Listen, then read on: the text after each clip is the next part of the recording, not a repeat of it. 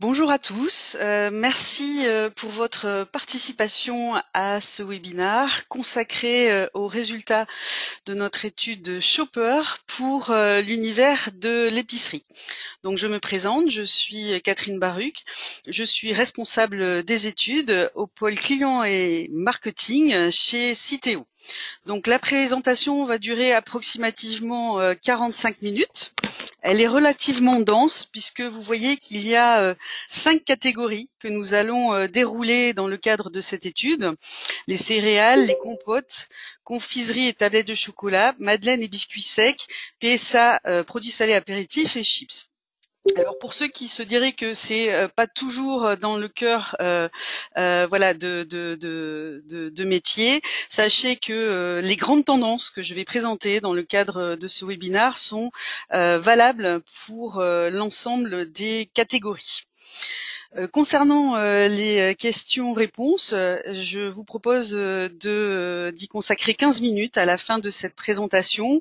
N'hésitez pas toutefois, s'il y a quelque chose que vous ne comprenez pas, à m'interrompre. Alors, je précise que toutes les données que je vais présenter dans le cadre de ce webinaire sont des données qui concernent uniquement l'épicerie, y compris les données de synthèse. Elles font la synthèse des 5 catégories. Donc, je vous propose de passer à la méthodologie utilisée. Alors, c'est une étude déjà qui est inédite par son ampleur parce que c'est la première fois que nous étudions ce sujet déjà en termes de méthodologie en magasin lors de l'acte d'achat. Donc, cela veut dire qu'il y a un enquêteur qui vient trouver le client. Lorsque celui-ci a déposé un produit dans le caddie, on considère que l'achat est réalisé et à ce moment-là, il lui demande de participer à cette enquête. Donc, vous voyez, il y a 34 catégories de produits qui ont été traités avec un focus à la fois sur l'alimentaire et sur le non-alimentaire. Comme il fallait 80 personnes minimum par catégorie pour que les résultats soient robustes, eh bien, ça nous a fait un échantillon extrêmement conséquent avec plus de 2700 consommateurs qui ont été interrogés en rayon. Donc, c'est un échantillon qui, au global, est représentatif de la population française. L'étude a été réalisée dans les hypermarchés, supermarchés, et nous avons couvert les principales enseignes de distribution sur toute la France, avec une dimension également un peu plus centre-ville, puisque nous sommes allés dans les Carrefour Market et dans les Monoprix. Nous n'avons pas réalisé cette étude dans le hard discount parce que c'est toujours un petit peu compliqué d'y rentrer. Alors pour cette étude, nous nous sommes adjoints les services d'un des leaders du marché, qui est Action Plus, et très classiquement, nous avons procédé en 2 étapes, avec une première phase exploratoire. Nous avons conduit 20 entretiens d'1h30 en face à face, à la fois pour tester la place et le rôle des emballages dans le quotidien des consommateurs, savoir finalement quelles étaient leurs attentes, quels étaient les critères environnementaux qu'ils attribuaient aux emballages lorsqu'ils avaient des attentes, quelles étaient les idées reçues, les croyances, les pensées, et il y en a un certain nombre, vous allez le voir dans le cadre de cette présentation. Et puis, il s'agissait également de parler le langage du consommateur, qui, lui, ne va pas parler d'éco-conception, mais qui va parler d'emballage respectueux de l'environnement, bon pour l'environnement, respectueux de la planète. Et donc, c'est ce langage-là que nous avons ensuite utilisé pour le cœur de l'étude, qui est la phase quantitative. Alors, la phase quantitative, elle a eu lieu en 2 étapes, entre avril et mai et au mois d'octobre, avec un questionnaire qui est extrêmement long pour ce type d'enquête, 15 à 25 minutes en rayon, il faut les tenir, mais cela nous donne une étude extrêmement riche. En fait, il s'avère que la phase qualitative était tellement intéressante que, eh bien, on a débordé sur la durée du questionnaire. Alors, pourquoi cette durée variable?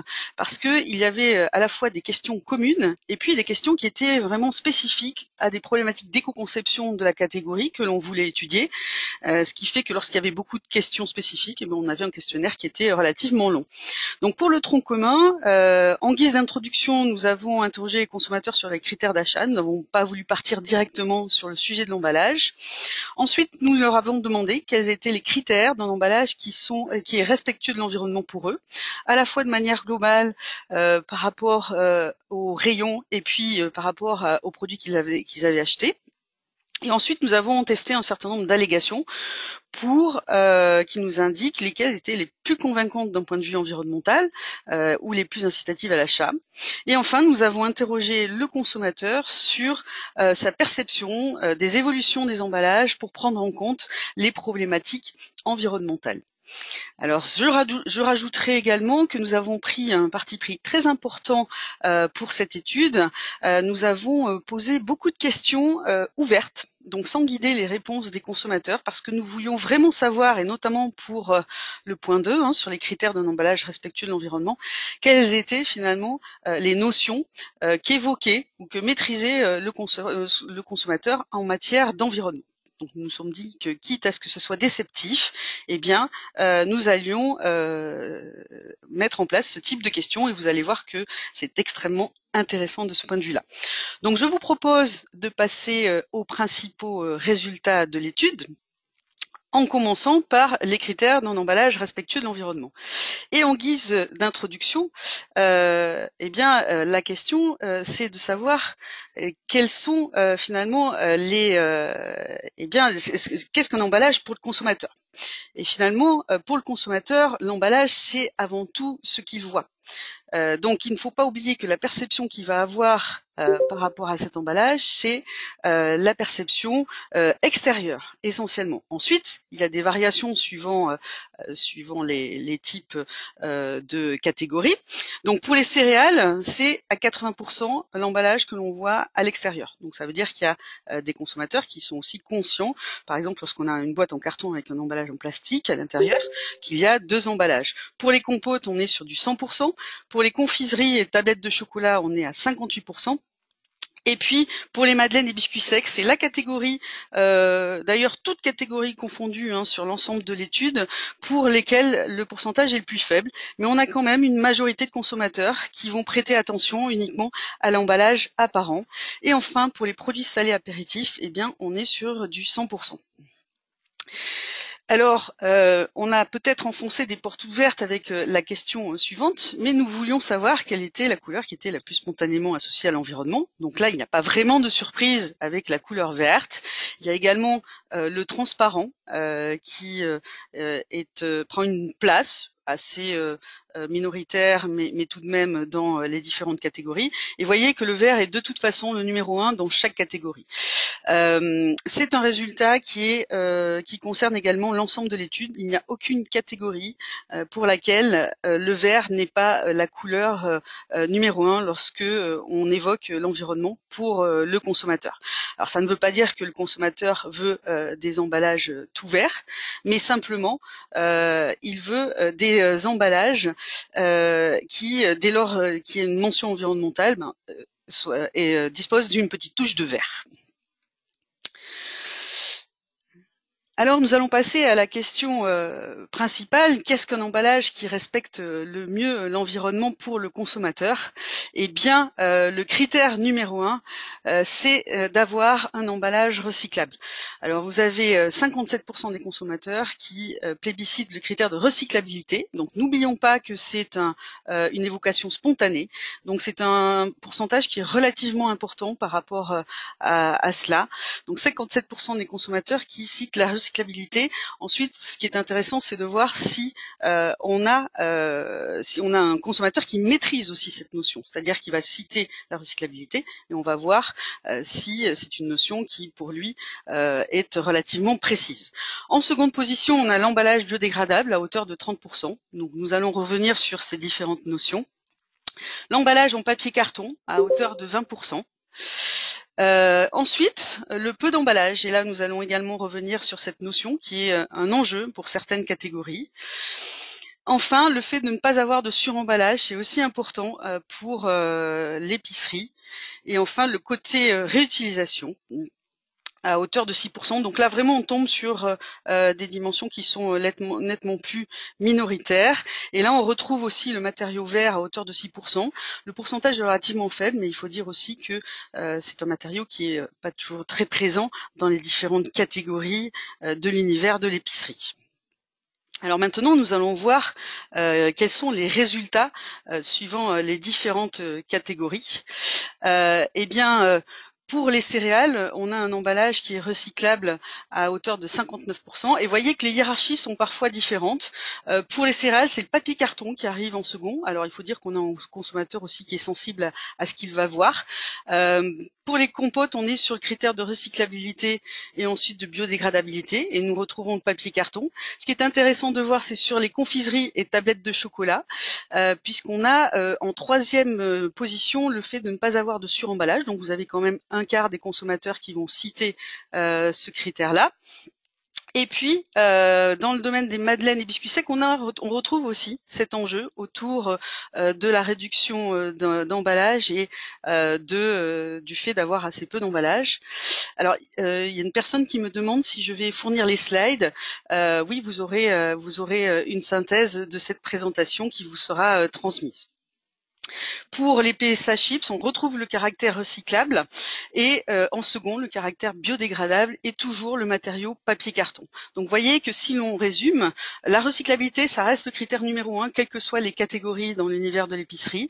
Et ensuite, il y a des variantes avec un enjeu sur la réduction d'emballage qui va émerger pour la confiserie et pour les madeleines et biscuits secs.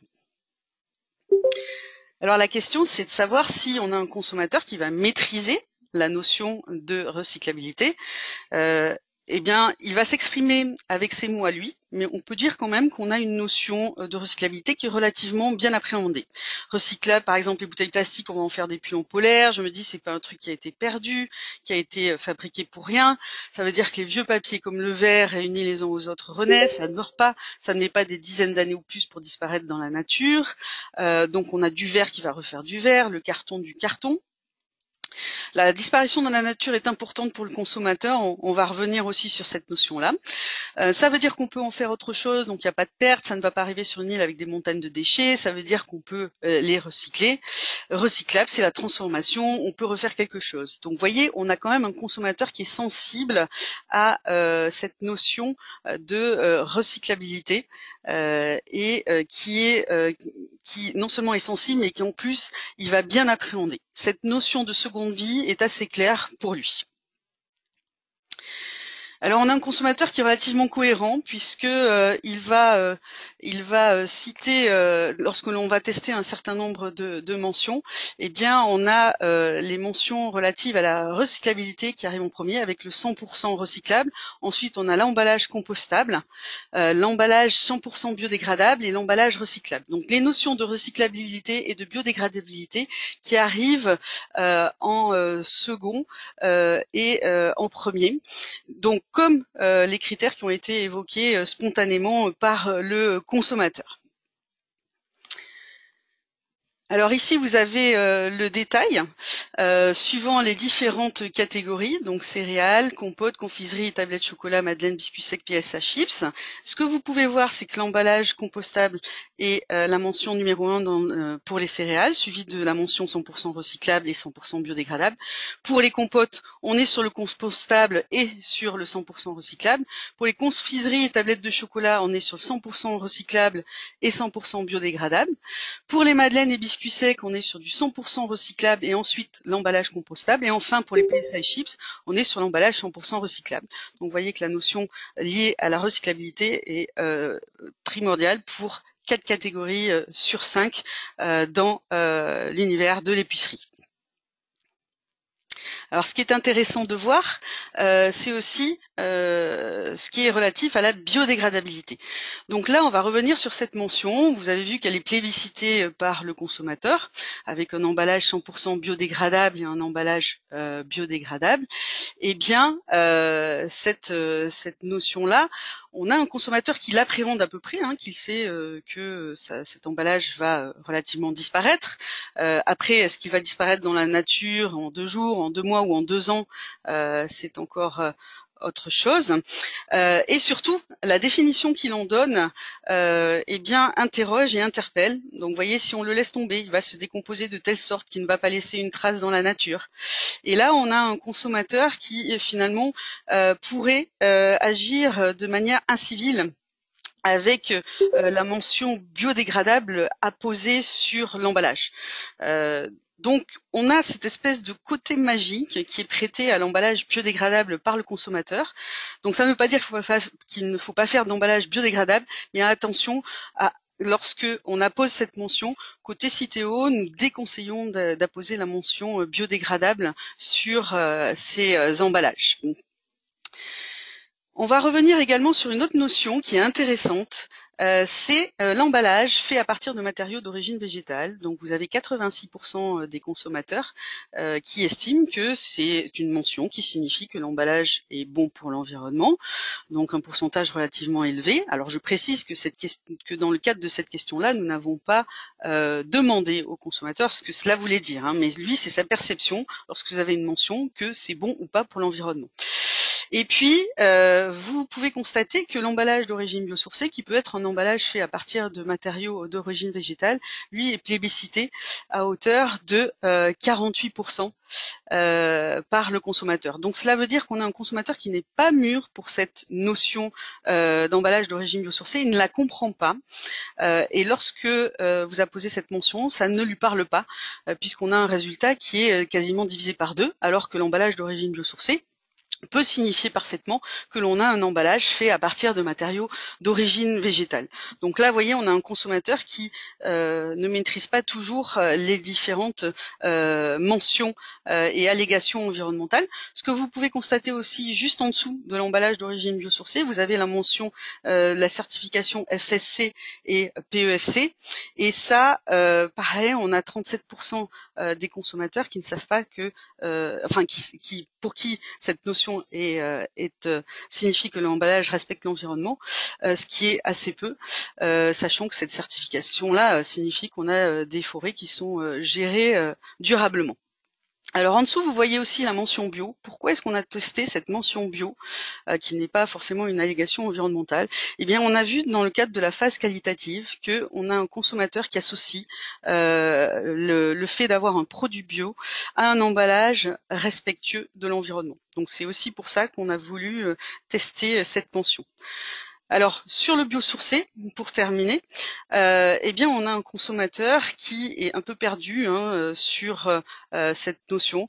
Ça veut dire quoi biosourcé? Alors là on l'avait testé notamment pour une bouteille d'eau minérale sur laquelle était apposée cette mention-là. Donc je ne sais pas ce que ça veut dire, mais ça me paraît positif. Ça veut dire que le plastique il est bio. Je ne savais pas que l'eau pouvait être bio, car si les autres eaux ne sont pas bio, c'est plutôt inquiétant. Est-ce que ça vient de source? Donc on a un consommateur qui est relativement perdu par rapport à cette mention-là. Et au final, on peut dire que on a un consommateur qui maîtrise un petit nombre de notions environnementales, car si je résume, la recyclabilité, il appréhende plutôt bien cette notion. La biodégradabilité, il sait que l'emballage se dégrade, il ne sait pas en combien de temps, et surtout, on a un espèce d'effet magique qui est attribué à la biodégradabilité et qui peut déresponsabiliser quand même le consommateur. Et puis vous voyez que le biosourcé, on a un consommateur qui maîtrise pas encore cette notion-là, de même que par exemple la certification FSC, PEFC. Alors autre résultat intéressant, c'est le résultat qui concerne les emballages faits à partir de matériaux recyclés, puisque voilà, c'est une notion qui va devenir de plus en plus importante. Donc, elle parle aux consommateurs. Ils sont quand même 9 sur 10 à considérer que cette notion signifie que l'emballage respecte l'environnement. Cependant, ce que l'on peut constater, je ne sais pas si vous vous en rappelez, c'est qu'il y a des interrogations autour de l'emballage avec des matériaux recyclés. On a un consommateur qui a du mal entre le recyclable et le recyclé et qui se pose des questions dès lors qu'il y a une mention faite à partir de matériaux recyclés. Il va se demander si l'emballage, est-ce qu'on peut encore recycler le recyclé? Donc si un emballage qui contient des matériaux recyclés est recyclable, il a des interrogations. C'est une notion qui n'est pas toujours claire pour lui. C'est quelque chose que nous avons vu côté Citeo au travers d'études précédentes sur le même sujet. On a un consommateur pour qui la mention de recyclabilité, la notion de recyclabilité parle, alors que c'est un peu moins concret pour lui d'avoir un emballage contenant des matériaux recyclés. Donc là aussi, il faut faire de la pédagogie. Ce que l'on voit également, c'est que, eh bien, en citation spontanée, hein, on a un pourcentage qui est extrêmement faible. Donc ça ne vient pas, l'intégration de matériaux recyclés ne vient pas forcément à l'esprit du consommateur dès lors que il va vous citer des critères de respect de l'environnement, donc en spontané. Donc une notion qui est pour lui positive, mais en même temps qui ne lui vient pas forcément à l'esprit. Il y a une catégorie, toute catégorie confondue, parce que ceci n'est pas un résultat qui est spécifique à l'univers de l'épicerie. Sur l'ensemble des catégories, on est à 7%. Il y a une catégorie pour laquelle c'est un résultat qui est important. C'est dans la catégorie des eaux, où ce critère d'intégration de matériaux recyclés arrive comme troisième critère pour le consommateur, donc il est cité spontanément par lui, à hauteur de 32%. Donc vous avez un tiers des consommateurs pour qui l'intégration de matériaux recyclés est important, est un critère important. Bon, il faut dire aussi que dans la catégorie des eaux, il y a eu pas mal de communication sur le sujet. Alors je vous propose maintenant de passer à la perception des matériaux par le consommateur. Vous allez voir que c'est une perception qui est extrêmement diverse suivant les matériaux. Donc vous vous rappelez, l'emballage en papier carton, c'est le troisième critère pour le consommateur, avec 20% de citation, et puis l'emballage en verre, ce que je vous disais tout à l'heure, eh bien il est cité seulement à hauteur de 6%, mais c'est aussi par rapport à ce qu'il voit en rayon. Et vous allez voir que ça varie suivant les catégories. Le papier carton et le verre, eh bien, les consommateurs en ont une perception extrêmement positive, et notamment autour du critère de recyclabilité. Ah oui, le carton, bien sûr que c'est recyclable. Le verre, c'est le meilleur des matériaux, c'est sain, ça n'altère pas la qualité du produit à l'intérieur, ça se recycle. Donc, on a quand même un consensus autour de ces deux matériaux. Donc là, j'avance un peu en termes de messages, mais vous allez voir qu'il y a une variation, notamment au niveau de la catégorie compote. Et globalement, on a cette perception extrêmement positive de ces deux matériaux. En revanche, concernant les plastiques, eh bien, on a des opinions qui sont nettement plus divisées, avec des consommateurs qui vont s'exprimer totalement différemment. C'est du plastique, il n'y a pas de raison que ça ne soit pas recyclable, donc on a des consommateurs qui pensent que tous les emballages se recyclent. Je me dis que le plastique peut être utilisé dans les usines, c'est fondu, et après on en fait ce que l'on veut. Certains plastiques sont recyclables, mais pas tous. Donc là, on a des consommateurs qui ont une perception de la recyclabilité du plastique qui peut paraître sur la base de cette évocation juste, mais dans les faits, vous allez voir que on a des consommateurs pour qui finalement les plastiques recyclables, eh bien, sont plutôt des plastiques souples, peu épais, et finalement cette notion de recyclabilité pour le consommateur, ça va à l'encontre de la réalité industrielle. Il pense que dès lors que, et ça vous le constaterez au fur et à mesure de cette étude, dès lors que on a des plastiques épais, eh bien eux ne vont pas se recycler. Et puis enfin, nous avons des consommateurs qui n'osent pas s'exprimer sur le plastique et qui sont un peu perdus. Donc vraiment des opinions très divisées, et on va avoir dans le courant de cette présentation un problème d'image autour du plastique. Ce qui est intéressant aussi, c'est que finalement le plastique n'est pas seul dans ce cas-là, mais il y a également le métal pour qui les opinions sont divisées, car il y a aussi des méconnaissances, notamment autour des questions de recyclabilité. Donc vous voyez, tout ce qui est métal, alu, ça se recycle. Ça, c'est de l'aluminium, et l'aluminium ne se recycle pas. J'aurais tendance à dire que c'est pas bon, c'est du fer. Donc deux matériaux qui vont diviser les opinions chez le consommateur, plus étonnamment pour les emballages en métal, étant donné que historiquement, ils ont tous été dans les consignes de tri, contrairement aux emballages plastiques. Alors, on a interrogé les consommateurs sur l'emballage du produit qu'ils venaient d'acheter, et on leur a demandé justement si l'emballage respectait l'environnement. Donc là, nous sommes sur un bilan, toutes catégories confondues, les 5 catégories de l'épicerie confondues, et là, c'est l'achat du consommateur, donc tout type d'emballage confondu. Et là, vous voyez qu'on a des opinions qui sont relativement partagées par rapport au respect de l'environnement de l'emballage du produit acheté. Donc on est plutôt sur du 50-50. Ce qui est intéressant de regarder, c'est pourquoi on a cette mention positive. Donc là, c'est le côté papier-carton qui va ressortir pour le consommateur. C'est ce que je vous disais tout à l'heure. Papier-carton bénéficie d'une perception extrêmement positive du consommateur. Le fait que ce soit marqué recyclable, alors ce n'est pas forcément le cas pour le consommateur. Il peut confondre certains logos, hein. On a vu aussi dans le cadre de la phase qualitative qu'il y avait une méconnaissance autour des logos et mentions. Et puis on a l'emballage en plastique dans des proportions certes assez petites, mais toujours est-il qu'il y a un certain nombre de consommateurs pour qui le fait d'avoir un emballage en plastique signifie que l'emballage respecte l'environnement.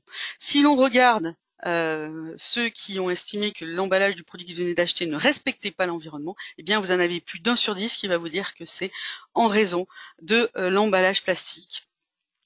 Un quart qui dit que finalement c'est parce que ce n'est pas marqué recyclable, et il y a quand même aussi 10% parmi ceux-là qui estiment qu'il y a beaucoup d'emballage. Donc là, on reviendra aussi sur cet enjeu qui émerge au sein de l'épicerie. Alors pour aller plus dans le détail, on a demandé donc cette question suivant les différentes catégories, et ce que vous pouvez voir, c'est que eh bien la perception positive, elle est plus importante pour les compotes et pour les céréales. Avec le champion de la catégorie, c'est quand même la catégorie des compotes. On va voir pourquoi. Et eh bien la catégorie pour laquelle l'opinion est la moins positive, eh bien c'est la catégorie confiserie et tablettes de chocolat. Et nous allons un peu explorer justement le pourquoi de cette perception. Alors pour les céréales, la perception positive, elle vient du fait qu'on emploie le matériau papier-carton avant tout, hein, et loin devant le caractère recyclable et le fait qu'on a un emballage en plastique. Et puis, le non-respect pour le consommateur de l'environnement, il vient essentiellement de l'emballage en plastique. Vous voyez aussi que parfois on a des consommateurs, il y en a certains qui sont un petit peu perdus, puisqu'il y a également l'emballage en papier-carton. Et le fait qu'il y ait un mélange de matières, alors là vous allez le voir, on va le voir dans le détail, notamment pour la catégorie des céréales. Il y a parfois, voilà, le fait d'avoir une boîte carton parfois et sachet plastique, ça peut perturber le consommateur dès lors qu'il y a plusieurs matériaux. Il n'apprécie pas forcément cela. Pour les compotes, la catégorie la plus vertueuse d'un point de vue du consommateur, c'est l'emploi de papier-carton. Rappelez-vous aussi que l'emballage, c'est essentiellement l'emballage apparent pour le consommateur, hein. Et puis, on a l'emballage en verre pour un tiers des consommateurs qui estiment que l'emballage du produit acheté est respectueux de l'environnement. Et pour ceux qui considèrent que l'emballage ne respecte pas l'environnement, c'est essentiellement le côté plastique et le fait qu'il n'a pas marqué recyclable. Et nous retrouvons aussi le fait qu'il y ait beaucoup d'emballage pour le consommateur. Vous allez voir, ça concerne notamment un exemple précis, je maintiens le suspense, que l'on va voir plus tard. Pour les confiseries et tablettes de chocolat, eh bien, c'est l'emploi du papier carton et pour certains, dans une moindre mesure, l'emploi du plastique qui va faire qu'on a un emballage qui respecte l'environnement, le fait que c'est un gros emballage. Mais voyez, le gros emballage, on l'a aussi évoqué par les consommateurs qui estiment que leur emballage ne respecte pas l'environnement, avec en tête l'emploi du plastique lorsqu'on a un emballage qui est non respectueux, et le fait que ce ne soit pas marqué recyclable. Donc vous voyez, rien qu'au travers de ces trois catégories, on voit qu'il y a une confusion de la part du consommateur. Parfois, il cite le plastique comme respectant l'environnement, parfois il le cite de manière plus majoritaire comme non respectueux de l'environnement. On a un gros emballage comme gage de respect de l'environnement, mais on l'a aussi comme gage de non-respect de l'environnement. Donc, on a quand même cette confusion parfois du consommateur que l'on retrouve ici. Pour poursuivre sur les différentes catégories, dans les madeleines et biscuits secs, eh bien c'est le caractère recyclable qui sort avant tout, suivi du fait que c'est marqué biodégradable sur l'emballage et le fait qu'il n'y ait pas beaucoup d'emballage en troisième position. Par contre, lorsque les emballages de madeleine et biscuits secs ne respectent pas l'environnement, nous retrouvons l'emballage plastique qui domine par rapport aux autres critères, et le fait qu'il n'y ait pas marqué recyclable, et on retrouve le côté beaucoup d'emballages cités par les consommateurs. Pour le PSA Chips, le premier résultat est intéressant, c'est la marque. La marque est une bonne marque et le produit est de bonne qualité. Donc là, on retrouve le couple emballage-produit dans les résultats. Et le fait que la marque est une bonne marque, eh bien ça c'est un critère qui est important pour des consommateurs qui finalement vont faire confiance à la marque qu'ils apprécient pour prendre en compte la dimension environnementale au niveau des emballages. On l'a dans quelques catégories. Donc, eh bien, les entreprises, pour le consommateur, jouent un rôle dans le respect de l'environnement. Elles vous font confiance pour respecter l'environnement et on le voit à travers ce type de résultats.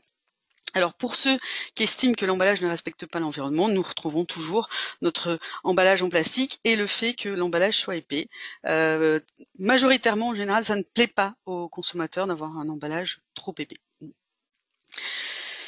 Alors on a positionné les différentes catégories étudiées dans le cadre de cette étude avec au moyen d'un graphique où nous avons mis en abscisse le pourcentage de consommateurs qui estiment que l'emballage du produit acheté ne respecte pas l'environnement. Donc plus vous allez vers la gauche, vers la droite, pardon, moins l'emballage respecte l'environnement. Et puis en ordonnée, eh bien ceux qui ont répondu non parce que c'est du plastique à la question pourquoi est-ce que cet emballage ne respecte pas l'environnement. Donc plus vous êtes en haut, plus vous avez un enjeu plastique important. Et voici les différentes catégories qui sont positionnées avec en haut à droite les catégories qui ont le plus fort enjeu de perception sur le plastique et en bas à gauche les catégories pour lesquelles l'enjeu est le moins fort et on retrouve sans trop de surprise le vin, champagne, bière et panaché où on a quand même du verre qui domine.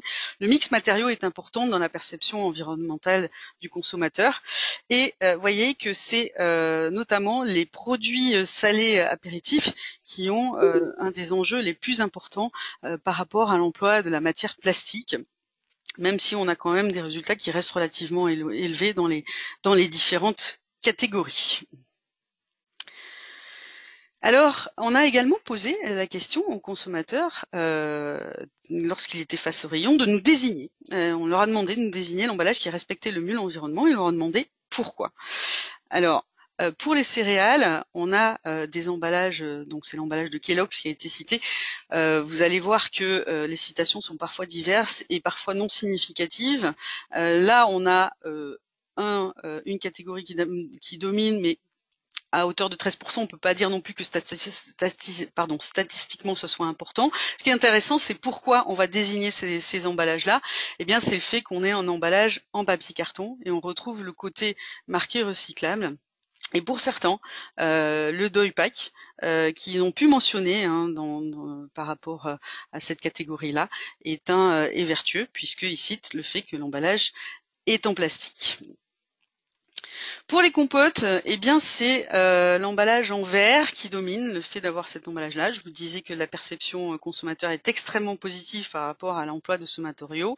Et voyez que les produits qui sont cités, eh bien sont des produits qui sont en conditionnement de verre. Pour les confiseries et tablettes de chocolat, en fait, il n'y a pas eu de consensus sur un produit. Ça ne veut pas dire que le consommateur n'a pas désigné de produit dont l'emballage respectait l'environnement. C'est tout simplement que les résultats étaient trop dispersés pour être significatifs. Mais ce qui est intéressant, c'est les raisons pour lesquelles ils ont désigné ces différents produits, avec d'abord l'emballage en papier carton et pour d'autres l'emballage en plastique. Là aussi, on voit que les opinions sont divisées par rapport à l'emploi du plastique. Pour les madeleines et biscuits secs, de même, il n'y avait pas eu de résultats qui étaient particulièrement significatifs au niveau d'un produit. Là encore, c'est le papier carton qui est plébiscité, et puis le fait qu'il n'y ait pas beaucoup ou peu d'emballage. J'en parle depuis le début de la présentation, mais il y a cet enjeu-là qui est important pour cette catégorie, et le fait que ce soit marqué recyclable. Enfin, pour les PSA Chips, nous retrouvons aussi le côté marque qui a été évoqué tout à l'heure par rapport aux produits que le consommateur venait de mettre dans son caddie. Il reste voilà, un critère pour le consommateur, sachant que à hauteur de 12%, cela veut dire que là aussi, il y avait beaucoup de raisons diverses et variées qui étaient citées, sans qu'il y en ait une plus qu'une autre qui se détache vraiment pour cette catégorie-là.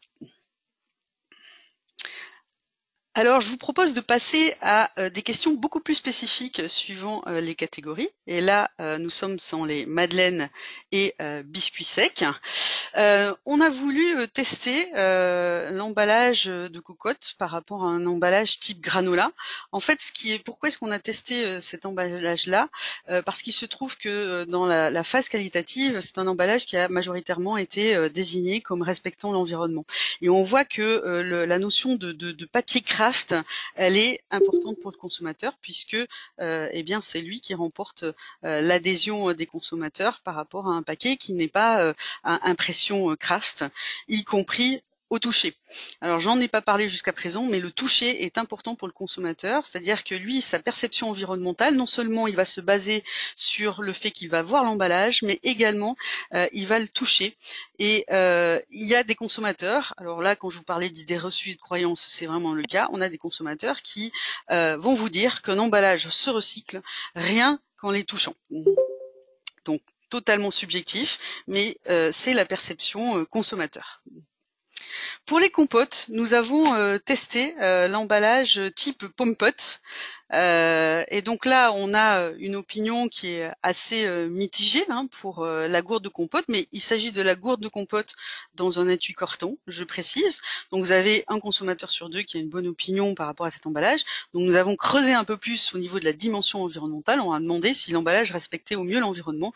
Et voyez que là, on a une opinion qui est très négative par rapport à ce type d'emballage, notamment parce qu'on a des consommateurs qui pensent que le produit n'est pas recyclable en grande majorité, puisqu'ils sont 3/4 à penser que la gourde ne se recycle pas. On a creusé pour les différentes raisons pour lesquelles eh bien l'opinion est négative. Donc vous voyez que lorsqu'on a une opinion positive, c'est l'emploi du matériau papier carton. Et puis le fait qu'on a un produit qui a l'air sain, qui est naturel, avec un petit emballage. On retrouve notre emballage souple. Je vous disais tout à l'heure qu'on prêtait des vertus de recyclabilité à l'emballage souple, côté consommateur.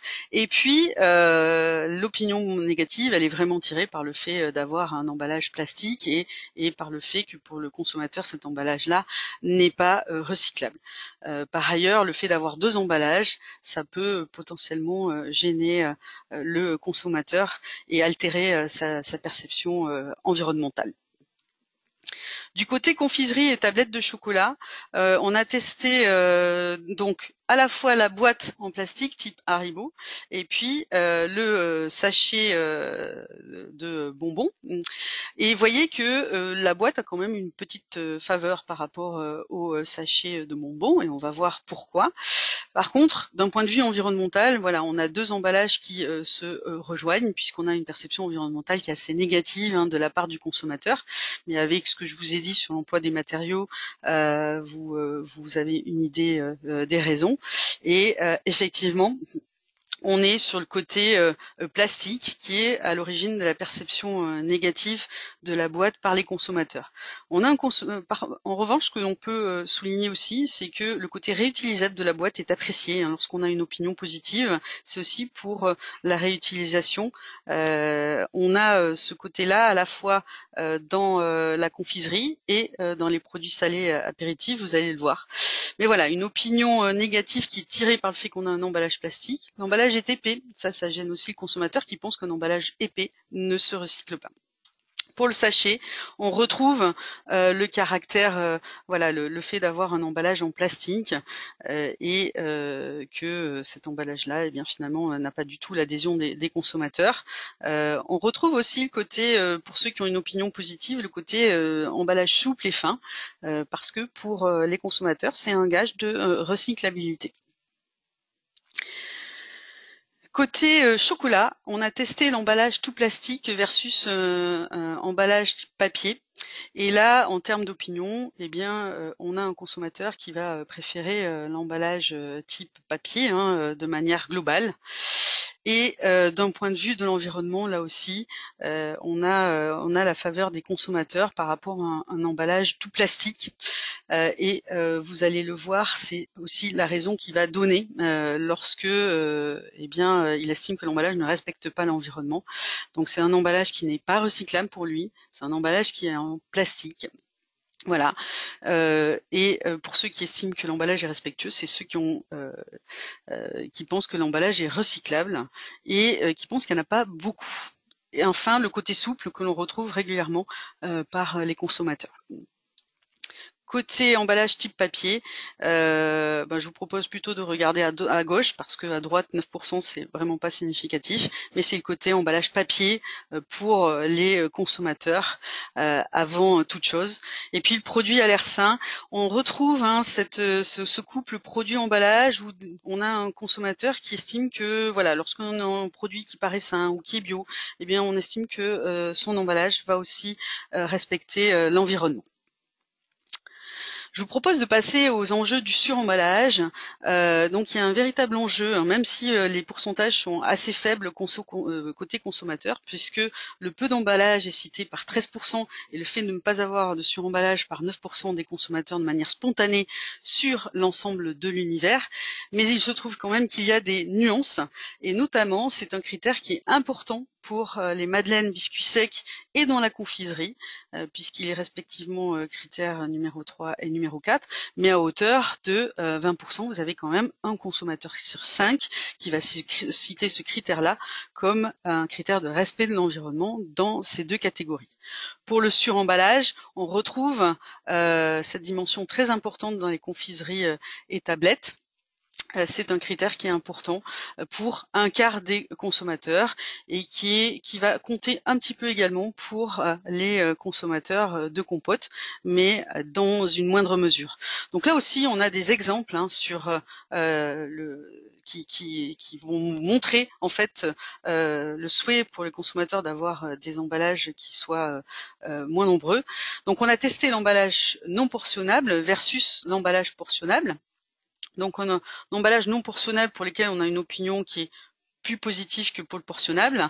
Et puis là, il y a une vraie différence dès lors que l'on considère le respect de l'environnement.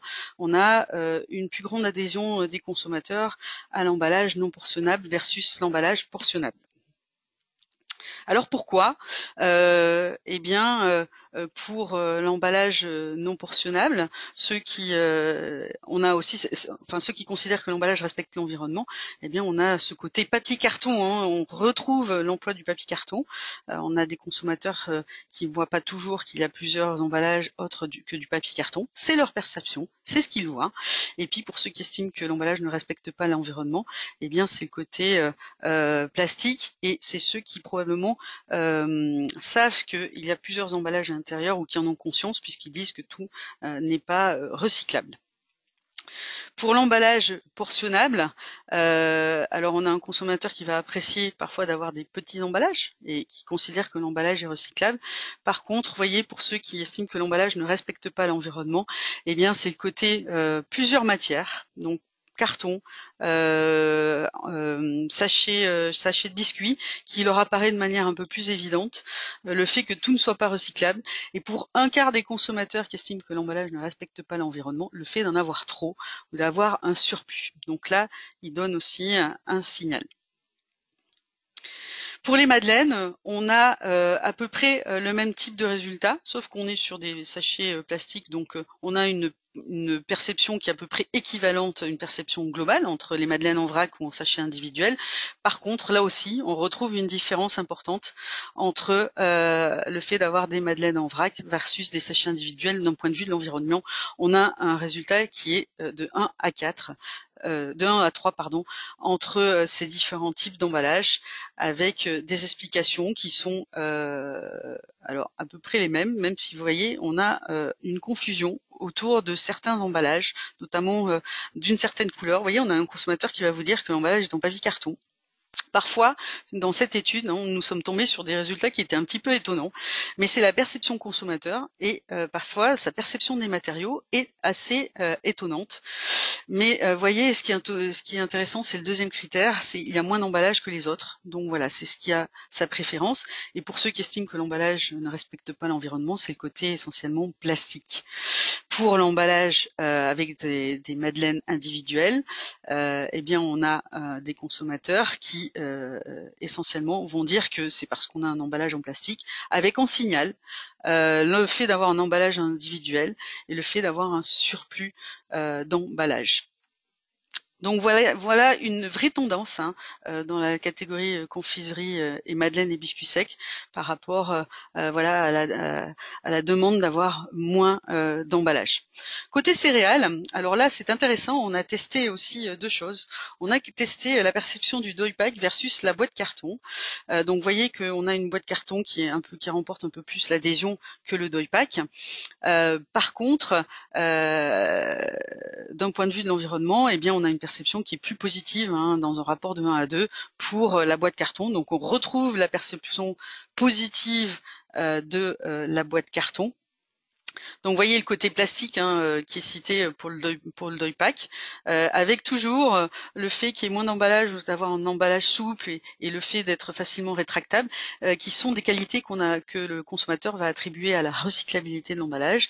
Et puis, on a un emballage en plastique, c'est le côté plastique pour ceux qui estiment que l'emballage ne respecte pas l'environnement, avec aussi certains qui sont un peu perdus, puisqu'ils vont vous dire aussi que l'emballage est en papier carton.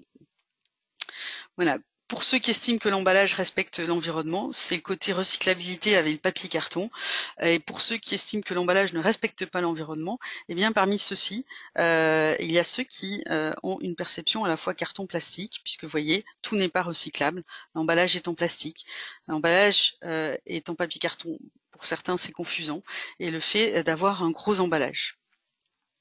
Alors en fait, on a demandé aux consommateurs de regarder à l'intérieur du paquet, puisque nous savions dans le cadre de cette étude qu'ils avaient quand même une perception essentiellement basée sur l'emballage apparent. Et voyez que là, on a un résultat qui s'inverse, puisqu'on est à 51% de perception négative de l'emballage pour le dog pie contre 62%. Ce qui est intéressant aussi, c'est qu'on a un consommateur sur 5 qui ne va pas s'exprimer sur le caractère recyclable sur le caractère de respect de l'environnement. Il est un petit peu perdu, il n'ose pas se prononcer sur le sujet, il n'est pas capable. Donc vous voyez là aussi, il y a toute une pédagogie à faire auprès du consommateur. Pour les PSA chips, eh bien, on a testé la même chose, à la fois pour le sachet de biscuits versus la boîte carton. Donc, on a un peu le même type de résultat. Je vais passer un petit peu plus rapidement. Vous voyez, 53% d'opinion positive pour le sachet versus 76, donc une meilleure opinion globale, qui se creuse, avec un écart qui se creuse dès lors qu'on est sur le sachet versus la boîte carton. Donc, je vais passer sur les raisons, puisque vous les connaissez, mais vous aurez le détail. Ce qui est intéressant, c'est qu'on a aussi regardé à l'intérieur du paquet, et là, on a également une perception environnementale de l'emballage qui va s'inverser en faveur du sachet. Et ce qui indique aussi qu'on a un consommateur qui va préférer avoir moins d'emballage, même s'il est en plastique, et que il y a certains consommateurs qui estiment que voilà, c'est un emballage qui va pas forcément se recycler, plutôt que d'avoir un emballage en boîte carton avec sachet plastique. Donc il y a une demande consommateur pour avoir moins d'emballage. Pour continuer sur les considérations matériaux et éco-conception, donc on a demandé au consommateur si l'emballage du produit qu'il venait d'acheter lui plaisait. Donc globalement, on a une opinion qui est plutôt positive de la part du consommateur. Elle est encore plus positive si on regarde les extrêmes, ce qui est toujours intéressant dans le cadre d'une étude pour la confiserie et tablettes de chocolat, ainsi que pour les madeleines et biscuits secs. Et ce qui est intéressant, c'est de voir finalement quelles sont les caractéristiques qu'on va demander à un emballage et pourquoi cet emballage-là, il va plaire. Donc on a demandé aux consommateurs de réfléchir aux caractéristiques principales et de nous dire lesquelles étaient les plus importantes pour les céréales. Et pour les céréales, on reste sur des critères de fonctionnalité avec un emballage qui est facile à ouvrir avant toute chose et ensuite facile à refermer, facile à ranger. Il y a quand même 8% des consommateurs qui vont demander aussi à ce que l'emballage se recycle. Pour les compotes, eh bien c'est pareil, c'est des critères d'ouverture et de fermeture qui vont compter, avec une demande environnementale qui n'est pas négligeable, puisque la troisième caractéristique qu'on va demander à un emballage de compote, c'est qu'il soit bon pour l'environnement. Pour les confiseries tablettes de chocolat, on retrouve notre côté facilité d'ouverture. Et puis, ce qui est intéressant de noter dans cette catégorie-là, c'est le côté joli et attrayant qui est important par rapport aux confiseries et tablettes. C'est un critère qu'on ne retrouve pas du tout pour d'autres catégories, qui est assez rare en fait à ce niveau-là. Pour les madeleines et biscuits secs, c'est la facilité d'ouverture et la simplicité d'utilisation, mais d'abord la facilité d'ouverture.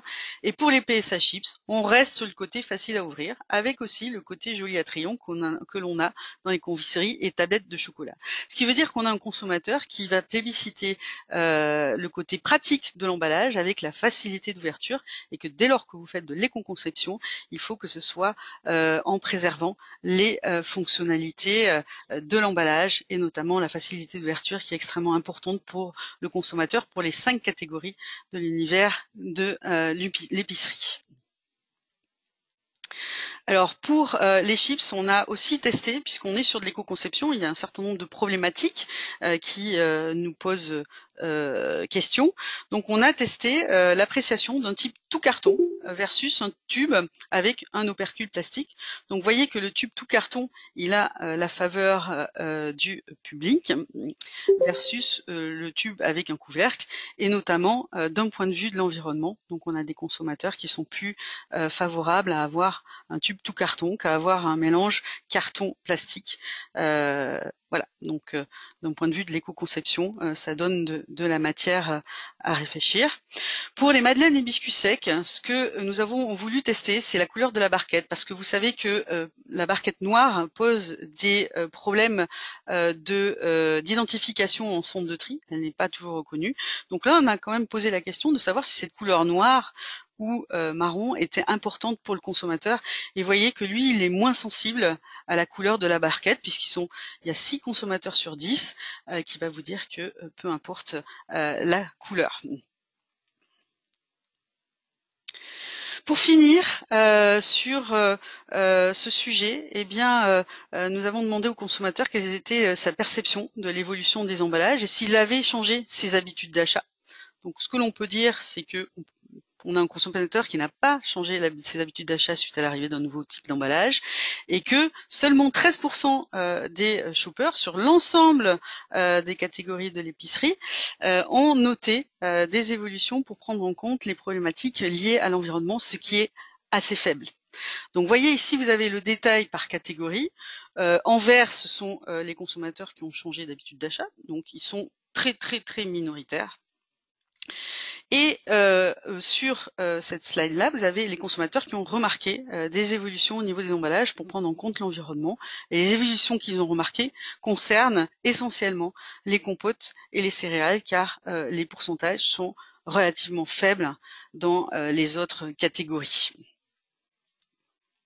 Alors, on a demandé un petit peu de détails aux consommateurs. On leur a demandé de citer des emballages qui avaient évolué, et on a eu assez peu de citations. Donc on a un consommateur qui a un sentiment, une perception environnementale, mais qui a parfois du mal à exprimer, et c'est voilà, de manière très concrète cette perception-là.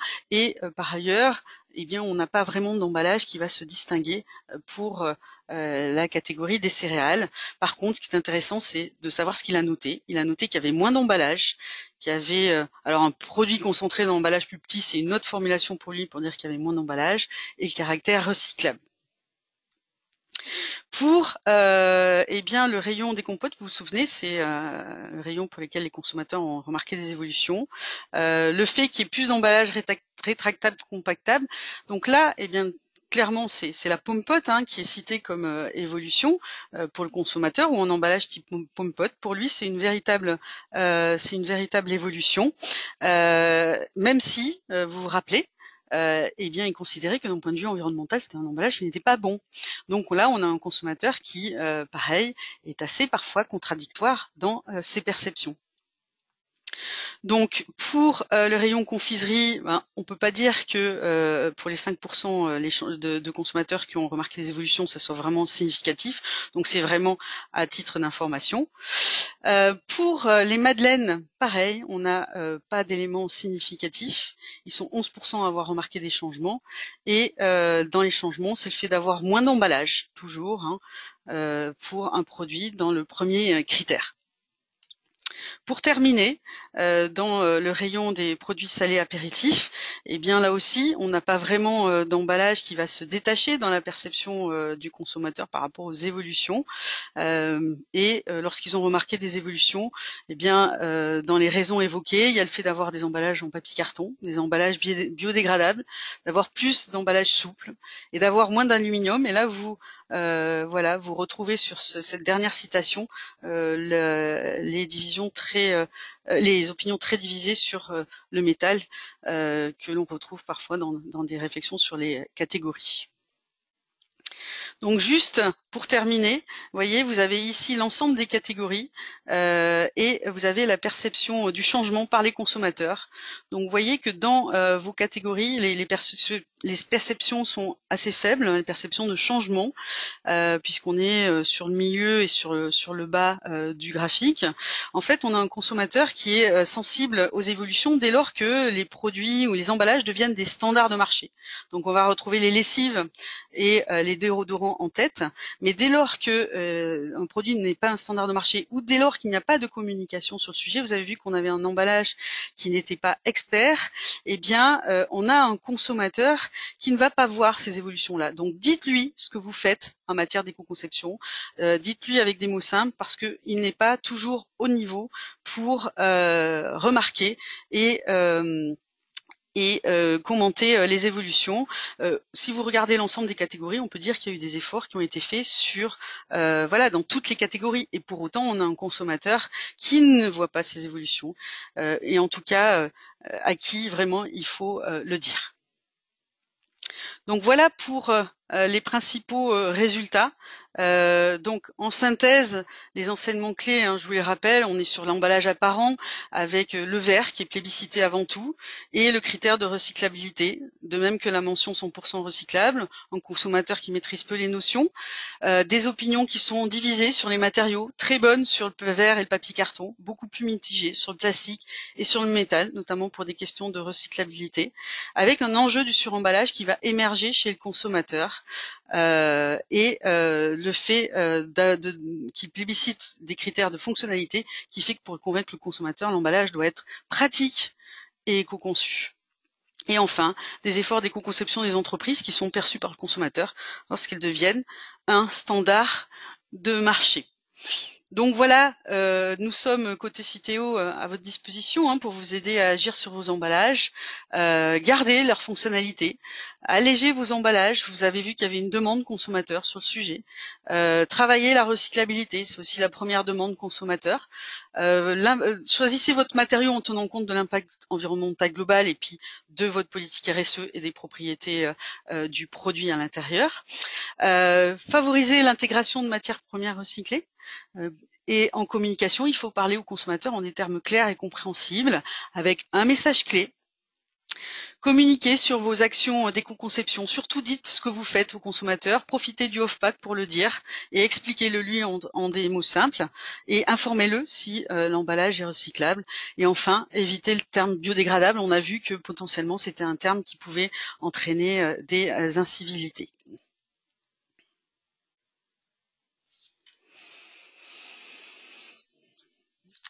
Donc, est-ce que vous avez des questions? La présentation est dense, mais on a beaucoup d'informations à vous communiquer.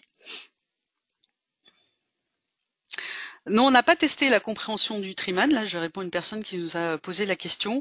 Vous avez vous avez vu juste que la perception du Triman, en fait, c'est pareil. On a un consommateur qui ne le comprend pas, puisque le Triman est dans le bas du graphique sur les différentes allégations environnementales. Donc ça veut dire qu'on a un consommateur qui ne sait pas vraiment ce que cela veut dire. Sinon, vu le critère de recyclabilité et l'importance du critère de recyclabilité, c'est un logo qui serait probablement beaucoup plus haut. Hein.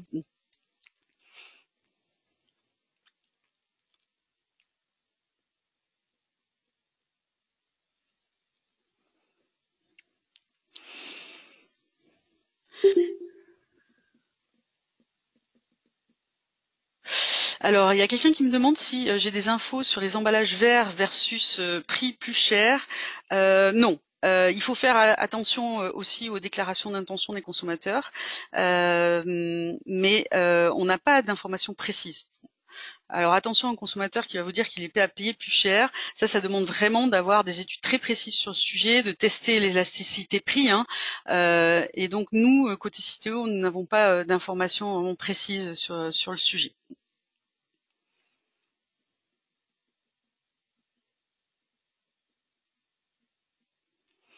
Si vous avez, alors j'ai une question. L'emballage compostable aujourd'hui peut être sujet à des taxes par Citeo car il n'est pas recyclable. Alors attendez, je vais prendre le dernier message.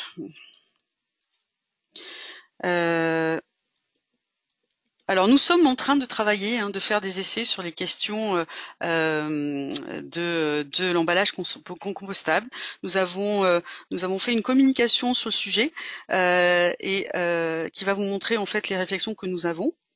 Si vous voulez, je pourrais vous l'envoyer. Nous avançons sur le sujet, bien évidemment. Le cas de la bouteille humide, là, nous sommes en train de faire des tests sur les questions sur le PLA. Je vous enverrai des informations plus précises.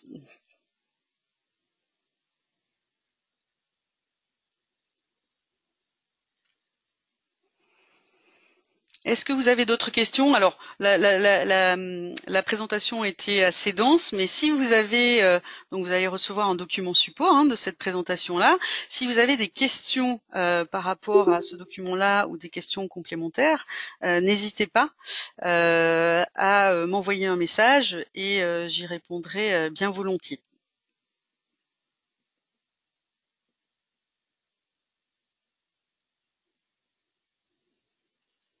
Pas de questions complémentaires.